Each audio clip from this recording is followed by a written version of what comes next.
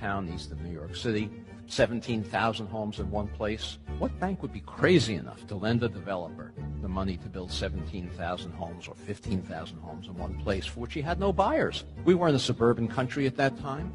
People thought the whole idea was lunacy. Who's going to want to live in a single-family home when they can live in the city instead? Any of these developers, the only way they could get the capital to build these giant subdivisions was by going to the Federal Housing Administration, submitting their plans for the development, for approval of the construction materials they were going to use, the architectural design, the layout of the streets in the subdivision, and an explicit commitment not to sell a home to an African American, required by the Federal Housing Administration.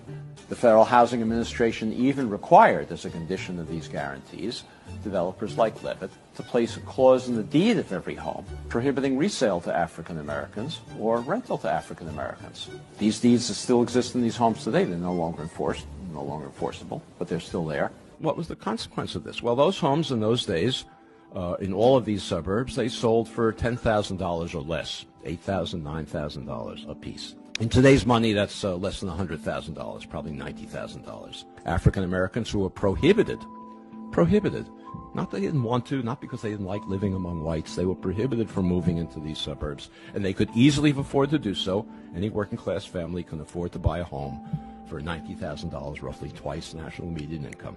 Those homes and developments like that now sell for $300,000, $400,000, $500,000 and more. The white families over the next couple of generations gained, you can do the arithmetic, $200,000, $300,000, $400,000, $500,000 in equity.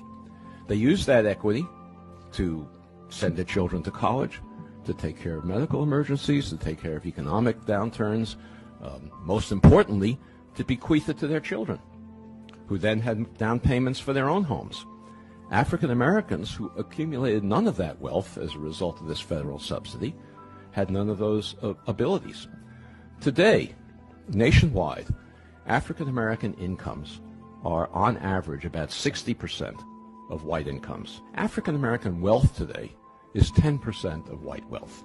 That enormous disparity between a 60% income ratio and a 10% wealth ratio is entirely attributable to unconstitutional federal housing policy practiced in the mid-20th century that has never been remedied. It's a constitutional violation. Of course, it determines the ongoing racial inequalities we have today.